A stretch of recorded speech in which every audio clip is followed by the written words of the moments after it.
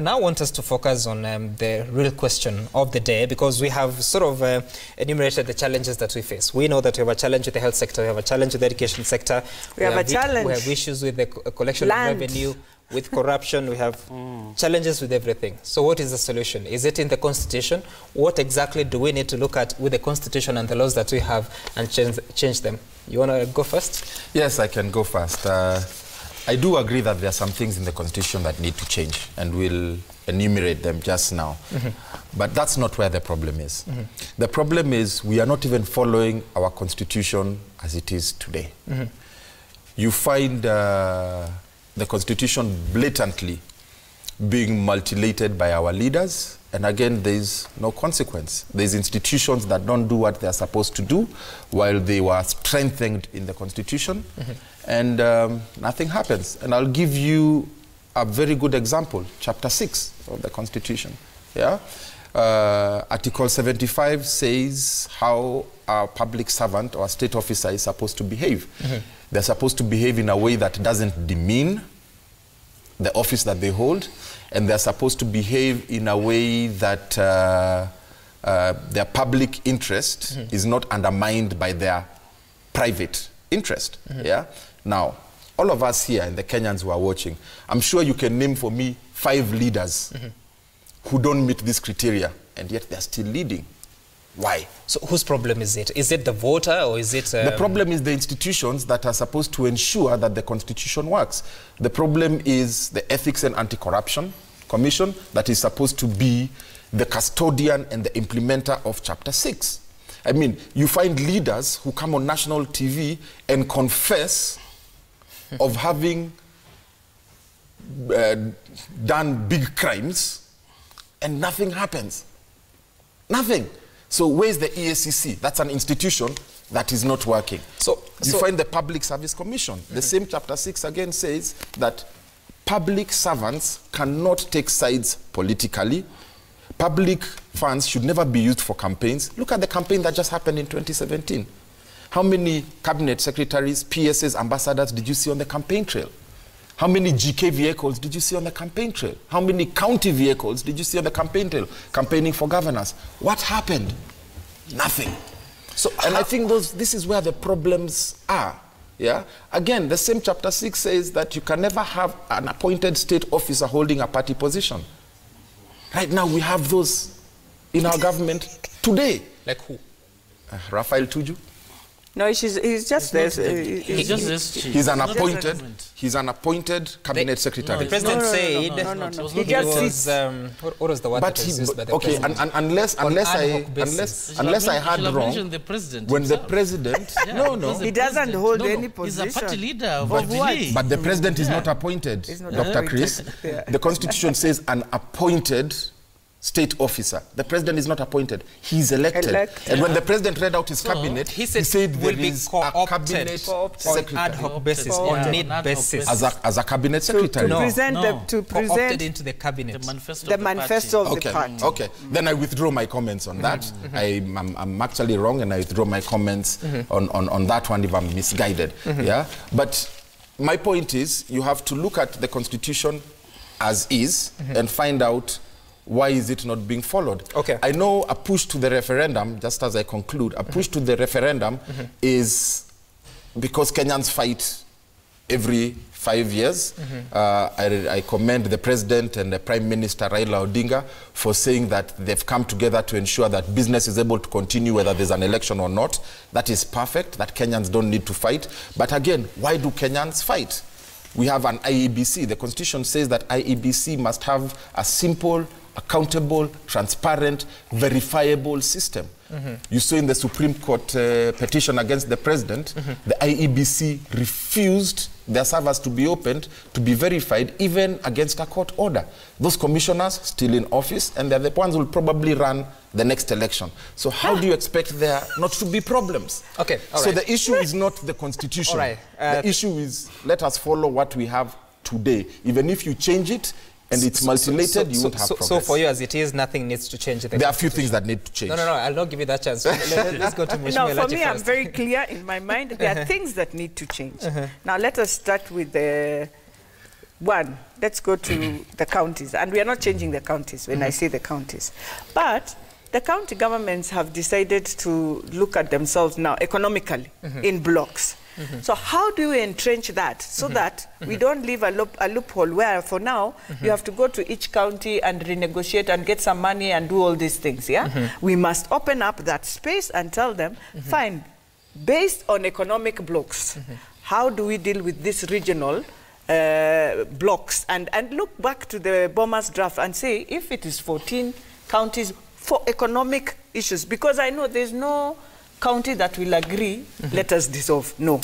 But we must relook at that. And so it is it's up for discussion for us to ask as Kenyans, now that they are clustering themselves to see how they can economically be viable, and it gives you more money, how do we bring that regional block in place? That is one. Two, let us go now to the executive. Because we don't want to lie, you know, that we don't want to run away on what men are discussing, especially as women. Yes. You are discussing, to bloat the executive. We are saying, as long as two women are in that, we have no problem. Okay. Yes, as long as two women at least are in that top, whether you talk about your prime minister, about what, because that's how men say, and then in the end it will go through, because we're talking of inclusivity, which is also part of that BBI. When you look at the BBI 9 points, that inclusivity is there. We are saying as women, we have no problem, but women must sit on that. We are saying we must now finish this thing of bringing constitutional silence agenda. When you look at, there's that silence clauses in the Constitution where people play around, the 2/3 agenda. Yes. We have gone, when you look at when Fibiasio did it, I think in 1997, you look at that history, and Mama Beth Mugo brought it in just when we were about to go to constitution making in 2002. She was told, oh, just leave, we are about to go to constitution making. We come to 2005, we lose that referendum, banana and orange, women lost it again. We come in 2010, we prepare a document, we include that indeed 2/3 will be there, but even after 3 judges have spoken on it, even saying Parliament is unconstitutional, we've been unable. Now we have a Duale bill, which is on a vote that has been deferred.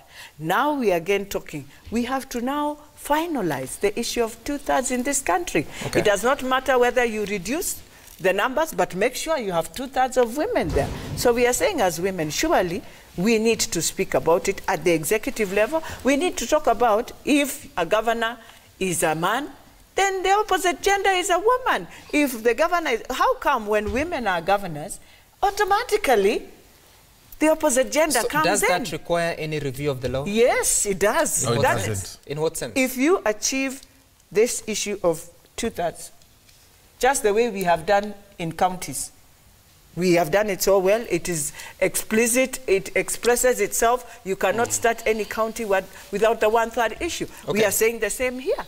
We are saying the same in the executive, in cabinet, in all appointments. We are saying the same. Speaker, but then, it's already there. This is a it just needs to be implemented. That's why I'm saying we call them. Okay, it's my turn now. Let me just finish. Okay. Then now let us come to this corruption issue. Quickly. While people are refusing contracts, we are very clear that now it is time. There is a job group that we must agree as a country. You will have a contract. You can go for 2 terms. It's reviewed. If you have done your job correctly, you continue with your work. If not, you have a right to be told by that institution without running to court to leave. But at the same time, we are saying if we want to deal with corruption, we must accept that if indeed you are a public officer and you are in court on issues of corruption, we should have amnesty of taking back our property as government, but at the same time we will punish you. You can't work for 10 years in any institution. Go and do your business, but not in public or private entity within that country, so that we reduce that. The last, governors should not tell us, now this is representation. You find governors already are preparing, I have finished 10 years as a governor, I want to become a senator. No, you must wait for 5 years. You can come in the next. Because it means you're coming to audit yourself. So you'll be asking For example, now Daktari is going to be governor in Trans Nzoia, for example. So you find your governor now in Senate. I mean, really? It's not right. All right, Mheshimiwa Elachi. Finally, with Mheshimiwa Dr. Chris, what do you think needs to be reviewed in the Constitution as it is currently? The Constitution needs to be reviewed, and maybe before I comment, allow me... No, just give me your point because you're out of time. The point is, it must be reviewed, and we should look at the Bomas draft. We don't need to reinvent the wheel. Yes, yes. And in terms of inclusivity, it should not be gender-based. You know, Honorable Elachi says that when the president is this, the president should be a woman. No. Yes. You know, when it comes to elective positions, let the common mwananchi decide. Okay. But when it comes to appointive positions, is where you can talk about the issue of the two-third gender. This is my request, that the women of this country, they have the capacity, they have the capability. So what about if a woman becomes a president? It's okay, so be it. Okay. But you cannot say that when this gender is this, the next one should be this. That's okay. Secondly, those are Elachi's proposals. I want you to give me yours. Now, when it comes to inclusivity, this country, we've been having a lot of stakes at the presidency. And this is the highest time we must demystify the issue of presidency. And that's why we are requesting that we should move from the presidential system to the parliamentary system, where we are going to have the president, the deputy, the prime minister, the two deputies. The top positions in terms of inclusivity, it can bring in the issue of regional balancing so that we don't have this outcry we've been having. Secondly, we want the ministers to come from parliament, those who've been elected by the people. When it comes to the issues of accountability, you find somebody has been picked. I remember one time Najib Balala said that he's only answerable to the appointing authority, which is very wrong. The issue is we want cabinet ministers. Yeah, but that was very wrong. That was very careless. The ministers should come from the county assemblies. Those governors who have served 2 terms or whatever the case, let them go and run for parliamentary seats. If they are lucky, they have the capacity, they'll be appointed to the cabinet secretary. Secondly, on the issue of allow me on this, subsidized fertilizer. The government has talked about food security. You can't have food security without subsidized fertilizer. I'm requesting His Excellency the President and the Deputy, we should have subsidized fertilizers to help this issue when it comes to the issue of food security. Now, I'm still going about the Constitution. Another issue is about devolution. We want to increase the amount of money. When you look at Schedule 4 of the Constitution, many functions are devolved, but the corresponding amount that is being devolved is less. So we are calling upon the issue of the amount of money to be devolved to move from the 15% to actually 45%. There are very good things in which we did in Okoa, Kenya. These people, the BBI, the Building Bridges Initiative, they should also look at Okoa, Kenya, the way we had developed that concept paper, plus the bombers of Kenya, so that we have a referendum and we can move this country ahead. All right, very, very, very elaborate suggestions there. Unfortunately, out of time, but I just want to ask you a question because he says that with the issue with the EACC, it's not doing its job in enhancing or enforcing Chapter 6 for its implementation. But in this country, we have a trend that if you're accused of a certain crime, you're innocent until proven guilty, and until you have exhausted all avenues of appeal, then you can go ahead to run for public office. That has happened. It's actually happening.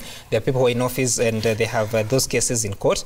You are talking about the review to ensure that there is inclusivity in government, which is a pertinent concern. It has been in the Constitution since 2010. We have not achieved it. And you are saying that we need to expand the executive so that we move from presidential to parliamentary system. I'm just wondering, how does all this improve the service delivery to the common mwananchi? Good question.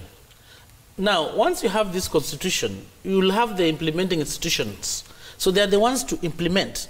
Now, when it comes to issues of accountability, for instance, if we are going to have a parliament that is going to be of a parliamentary system where we are going to have cabinet ministers. Remember, a member of parliament is there to represent, to oversight, and to legislate.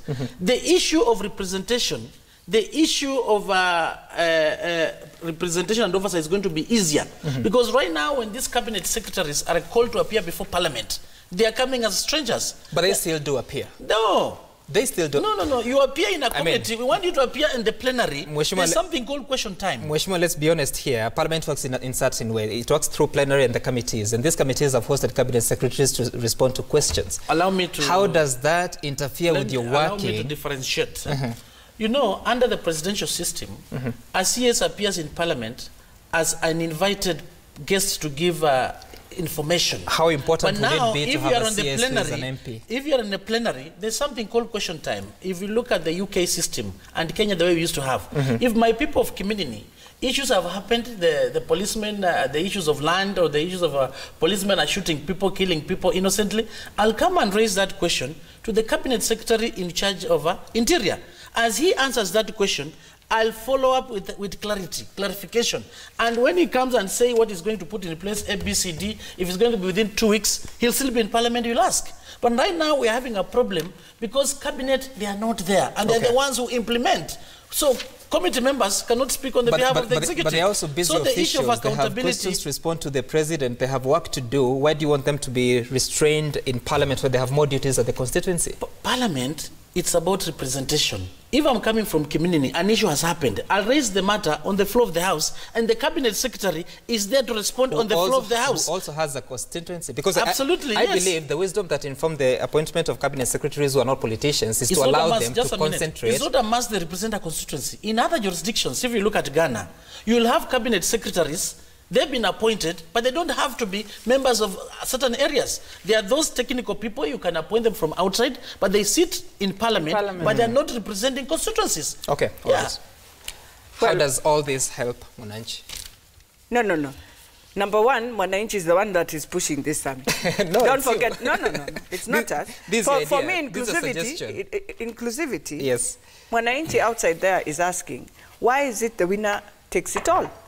And Mwananchi is the one who decided if the winner is taking it all and we have woken up to vote and we have like 6 million votes, we are saying, and the other thing we need to ask ourselves, is it fair after they have done all that election? I think they should come back to the House. So that, but we need to decide which house. Is it the Senate that they sit in? Both houses. As per the Schedule 4, if agriculture is devolved, then you'll have cabinet secretaries to be senators. I'm also talking about the presidential, the runners-up of the presidential. When the president has won, you see we've left this to outside.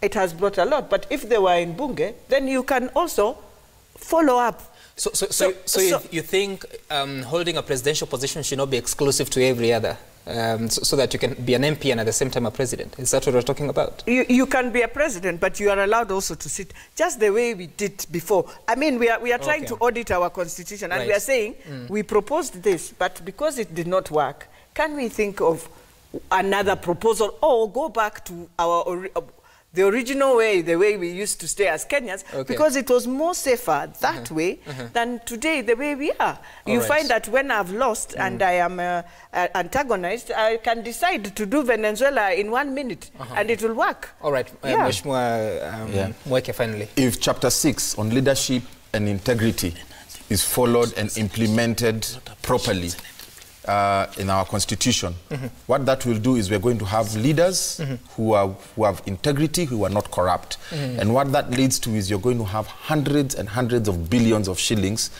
not going to people's pockets, but staying with the exchequer that can build schools, that can pay farmers, that can build hospitals, that can educate our children, that can build roads, it can build markets, and there's endless things that you can do with these hundreds of billions. Every day in the newspaper, we see a scandal on money that has been stolen.